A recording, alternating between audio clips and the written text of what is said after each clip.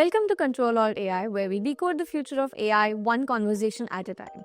I'm your host, Aishwarya Srinivasan, a data scientist who started her journey as a software engineer before pursuing a master's in data science from Columbia University. Having worked at the forefront of AI innovation across Fireworks AI, Microsoft, Google, and IBM, I have developed a deep passion for teaching and sharing knowledge about AI's applications, challenges, and best practices with my community of over 500,000 followers on LinkedIn. Today, we're going to have a much needed conversation with Dr. Elizabeth Adams, who's the CEO of EMA Advisory Services, where she's helping leaders navigate the complex landscape of AI with deep understanding of its impacts on organizations, employees, leaders, and society. Elizabeth is a responsible AI researcher and brings in her wealth of expertise from the academia world and bridging the gap of how these responsible AI practices are adopted in industry. In this episode, we will be talking about what are the friction points for responsible AI adoption in industries, what do leaders care about the most, and Elizabeth has some very interesting piece of advice on what AI engineers and data scientists of 2025 should be doing. Thanks a ton, Elizabeth, for joining us in today's conversation. This is episode 2 of Ctrl Alt AI. I'm super glad to have you in this episode, and I want to thank you to say what you're doing is amazing. There's very less number of people in the responsible AI space who have been able to bridge that gap between the research that's happening in academia and what's actually being implemented from a tech industry perspective, or like even in other industries that are using AI applications heavily. So I want to start with, how did it all start for you? Like, what was your motivation? How did you get here? What did your journey look like that drove you to the responsible AI space? Wow, such great questions. First off, thank you so much for having me and highlighting this very, very special and important discipline, responsible AI. So, about 10 years ago, I started getting interested in how AI was impacting communities, vulnerable populations. So, I started doing a little research.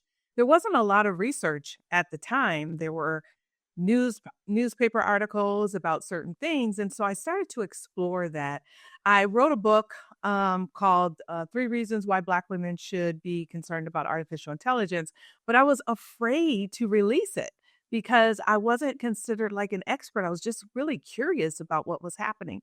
So it took me about a year to release that, and I think to this date, I say this all the time, it probably has about 5 downloads, but that didn't stop me. So what I started doing was just conducting learning events. I started hosting them at the organization that I worked at, and I started also hosting them in the community just to see if people understood what was happening with AI and its impacts to communities, specifically around predictive analytics, AI surveillance technologies, and how it was beginning to affect resumes and hiring. And so I got interested because I just followed my curiosity and started speaking with data scientists and policymakers, and no one really understood the impacts. They didn't even understand AI, so let alone the impacts. So I felt like this was kind of like a call for me because I had been in the technology space for a couple decades.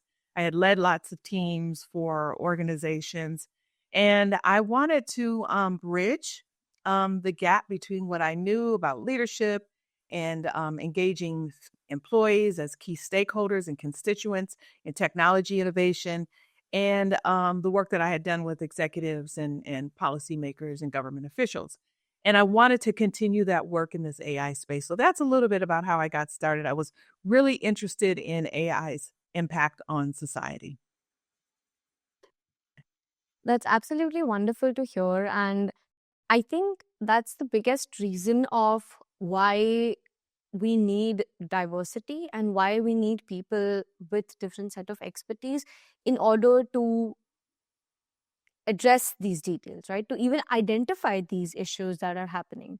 Because so far, the AI industry, or like the tech industry especially, which is sort of like the birth ground of the AI technology, has been thinking very unilaterally. Mm-hmm. And now that you're not just creating these AI toolkits for engineers to use, now it's no more in the same ecosystem. It's not just there for tech professionals, we building it and using it, it's actually coming out in the society. It's going to go to a lot of different demographics. It's going to go to a lot of different race. It's going to go to a lot of different age. It's going to go to a lot of different people in the world.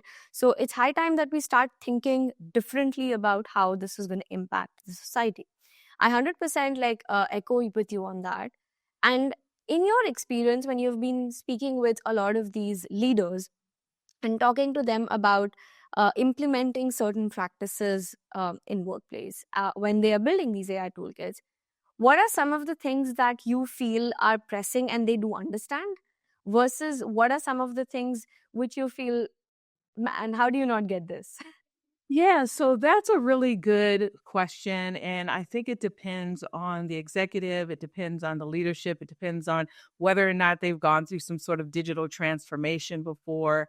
It also depends on if responsible AI or responsible leadership has been embedded in the culture. So it starts with me just really asking questions about what is their vision for AI. Then I can quickly assess whether or not they've thought through the second and third order consequences. Have they thought through how it's going to affect all the stakeholders? Have they thought about their employees? Have they thought about society and the environment? I don't go in to judge. I'm there to just really understand. And this is also part of why I wanted to pursue a doctorate in leadership of responsible AI. I wanted to have empirical research to back what I was experiencing.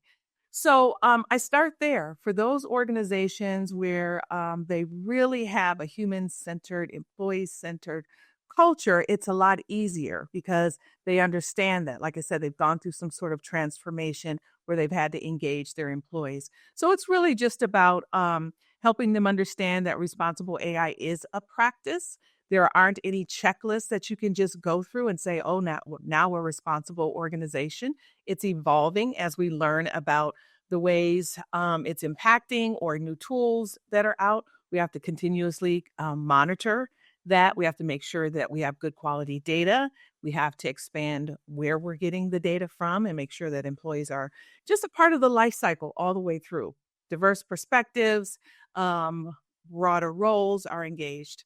For those organizations where responsible AI is not an integral part of the practice, I start by asking a question because a colleague asked me this: what's the cost of doing nothing? And so I begin to share examples of how an organization has transformed when we were first bringing cybersecurity policies and practices online. It's very much the same thing. You start with a vision of why you need to protect your assets, your information, your client and customer data, and then you start building frameworks. There are, as you know, are a ton of frameworks. There's various organizations that can help with that. But I just go in initially to start asking, like I said, the questions. I start by helping them understand and talk about some of the use cases so that we can build really good policies and procedures and processes around those use cases. And AI literacy is huge, no matter if there's a good, responsible AI culture or one that's kind of stalling and needs to advance further. So there are lots of different things. And I actually have a LinkedIn course that talks about leading responsible AI in organizations where I talk about, yeah, how organizations can engage their employees, creating a center of excellence, making sure that you have good definitions across the board um, Yeah, for your organizations.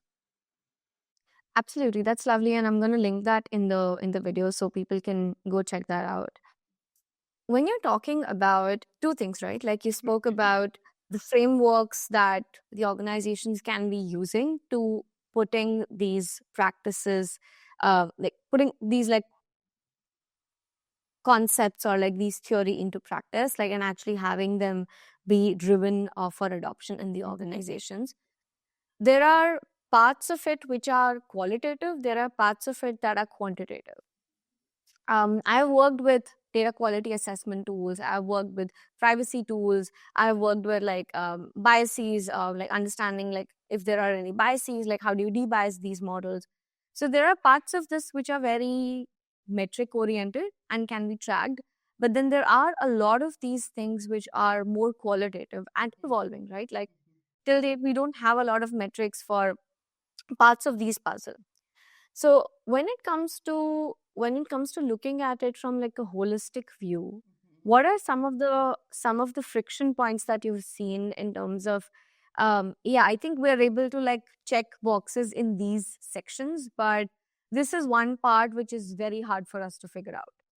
So that is a really, really great question, and part of why I feel like there is some resistance because I'm a qualitative researcher by nature, and I want to understand and help executives understand what is happening in their organization so that they can put the right processes and procedures and policies in place.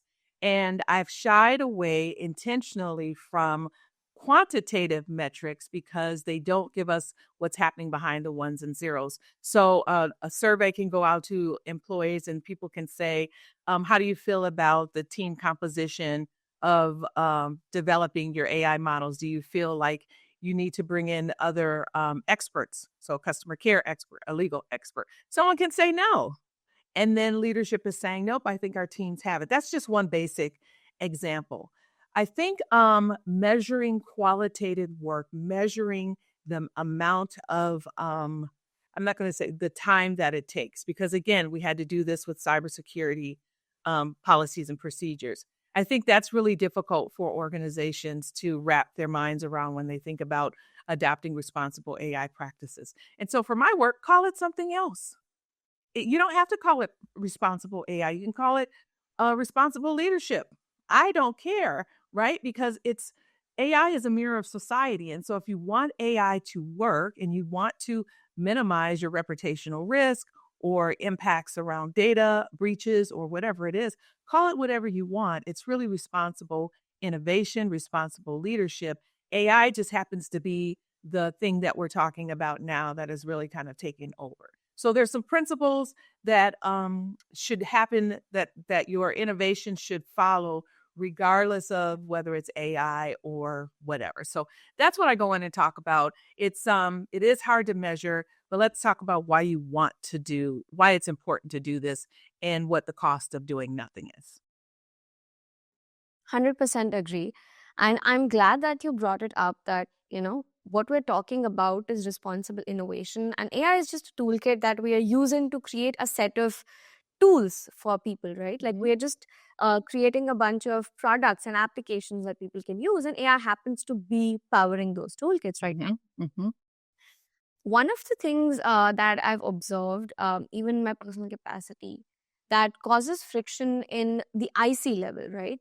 A lot of leadership are pushing towards responsible AI practices.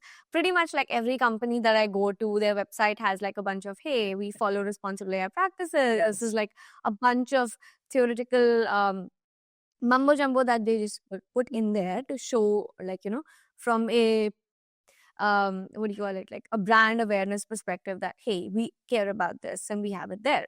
But the question comes, how are you putting it in practice? How is each and every employee in your company being part of this? It's not just about a leadership vision, but it's about how it's actually being applied in the organization. How is it being internally used? How is it being integrated in the applications that are being built? And one of the challenges that I have seen is where I've been a data scientist and I've tried building a lot of these toolkits in a certain way, following these practices. Mm-hmm. But what ends up happening is, unless and until you are a passionate IC, that's the reason I wanted to do it. It's very hard to even convince the rest of the team of yours to do certain checklists, and follow like certain practices. Mm-hmm. It either comes with a leadership pressure that they are driving it and they want you to be doing certain things, or it comes internally that hey, we are passionate about it, we feel this is right, and that's why as an engineer or as a data scientist, I want to make sure that I'm doing a number of things when I'm building these AI toolkits. But the problem that I see is it's always perceived as an extra thing. Mm-hmm.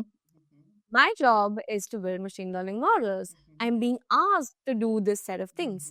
So I still feel there is a lot of it which is decoupled, which is part of like AI innovation versus responsible AI, still comes across as a different topic, which I personally do not like.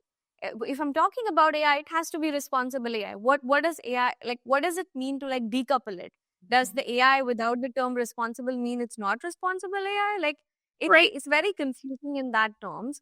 So my question to you is, in the organizations where you've helped people put this in practice, how have you seen the IC roles evolve? How did the data scientists and engineers and researchers, how did their role evolve? And what were like additional responsibilities and metrics that they were measured by once this adoption framework was put in place?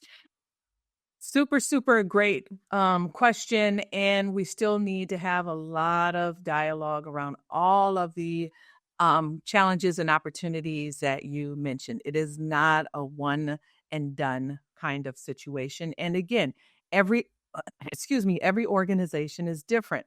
So for those organizations that have adopted some sort of principles, part of where I have helped is let's talk about the output. So, can you demonstrate that the output of the AI system or service that you're offering is trustworthy? And we have to go through those definitions. So, can you do that? Can you demonstrate that it's transparent, that it's explainable, that it's audible, that it's unbiased? Does it mean that you'll ever achieve 100%? But what can we back into the processes and can we show that so that you're comfortable? Um, for those employees, what it means that are doing that, they have a path within their organization to raise their hand and say, hey, something is going on here. Maybe, as I mentioned before, it's a center of excellence. Maybe it's a town hall. Maybe they have access to some leadership group. Maybe they are a part of the internal advisory board. But there's a way for employees to participate. And so my leadership of responsible AI framework kind of highlights what are some ways that organizations can engage more employees, because the employees can tell you exactly what they need and what they want if you have a vision for them around responsible leadership or responsible AI that they want to follow. This is a challenging thing. Not everyone comes with the idea that I want to spend the time thinking about what responsible design looks like, what responsible research looks like. And that's okay. We have to give ourselves some grace, and we have to remember that it's going to take some time. But these conversations are helpful. And we have to demonstrate for people what the outputs of the harmful ways that AI is impacting either the organization, either society, or even the environment in ways that people can understand them and they're not shamed. Does that make sense? So I worked with an organization that their employees wanted to talk about values first before they wanted to talk about responsible AI. I didn't know that going in, but the employees were the ones that said, hey, we really need to talk about the values that we're projecting on our website and to our clients. They're not really practiced inside. And so there are just different ways, and there has to be a long-term commitment to getting your organization to a place where employees feel valued, where they can speak about the roles that they have and their impacts in alignments with AI systems. So there isn't a one stop answer. It really involves going into the organizations and unpacking the work that they're doing and unpacking how they're doing it. But also, what's important to me, because I don't get involved in all of the processes that go on, if you can demonstrate to me that you at least have thought about how your systems will be explainable, equitable, and so forth, then that's a great place to start. So start with the end in mind and then kind of work backwards. Absolutely, that makes sense. And Elizabeth, like, what would you say to people who are come more from like the IC background, like engineers and data scientists who are like builders? How do they upskill themselves and understanding like responsibility AI concepts, especially because they are working on this firsthand? And there is a difference when you are designing these with responsible AI principles in mind, versus you've built something and now you're like trying to patch these stickers onto it that Yes. yeah, like it sort of like complies with these five things. So what are the topics that you would recommend that as an engineer or as a data scientist you should be starting to learn these? Yeah, I think that's a great question. I think one of the things that is going to need to happen is we need more leadership in these areas, or leadership skills, whether you have a leadership title or not. And part of that involves critical thinking. It involves asking tons of questions about what's happening. But in order to know what's happening, you have to educate yourself about how AI is impacting certain things. So if there's an engineer that happens to be very interested in let's just say, I don't know, space, just use that as an example. Go and educate yourself and start by reading material about how AI is impacting the space industry and what kinds of considerations we might need to think about so that we can all continue to thrive. Businesses can continue to do the work they need to do, research labs can continue to do the work that they do. Because what I'm finding is that people are rushing to learn about AI without understanding that it affects every aspect of our lives. And so if you're passionate in an area, start there. If you like gardening or horticulture, find out how AI can be beneficial in that area. If you are interested in veterans, if you are interested in, I don't know, entertainment, AI is impacting every aspect of our lives. And it's also, as I mentioned, a mirror of society. So for an engineer, my best encouragement would be, or recommendation would be, to think about yourself as a leader, even if you don't have the leadership title, and make sure you're embracing critical thinking and lots of questions and engaging people. And then make sure you're in an area that you're passionate about. I think that we would all benefit if people who were teaching who really wanted to be an engineer, if they were doing engineering, and if people were engineers who really wanted to be teachers, that they were teachers. I'm discovering my own path. I've evolved several times over the past 10 years, where I started at more of around explaining and focusing on AI bias, to now just really thinking about leadership in this space and how do we help organizations create more leaders and more engagement with employees. That sounds lovely. Thank you so much. If you do have any recommendations in terms of like books or just some online resources, I would love to add that in the description of the video so people can refer to that later. Absolutely. Well, my Before we wrap website, I will say this real quick. My website, yeah, eadams.tech, I have a ton of infographics under the leadership guide section. So there's all these things that will just give you like a one pager of what design science research is and what bias is for those who are thinking about it from a leadership perspective. And so, yeah, I hope that people will take a look at that. absolutely. That'll be lovely. I will make sure to add that in the video. Awesome. Before we wrap up, I had one question for you. And you've been working in academia.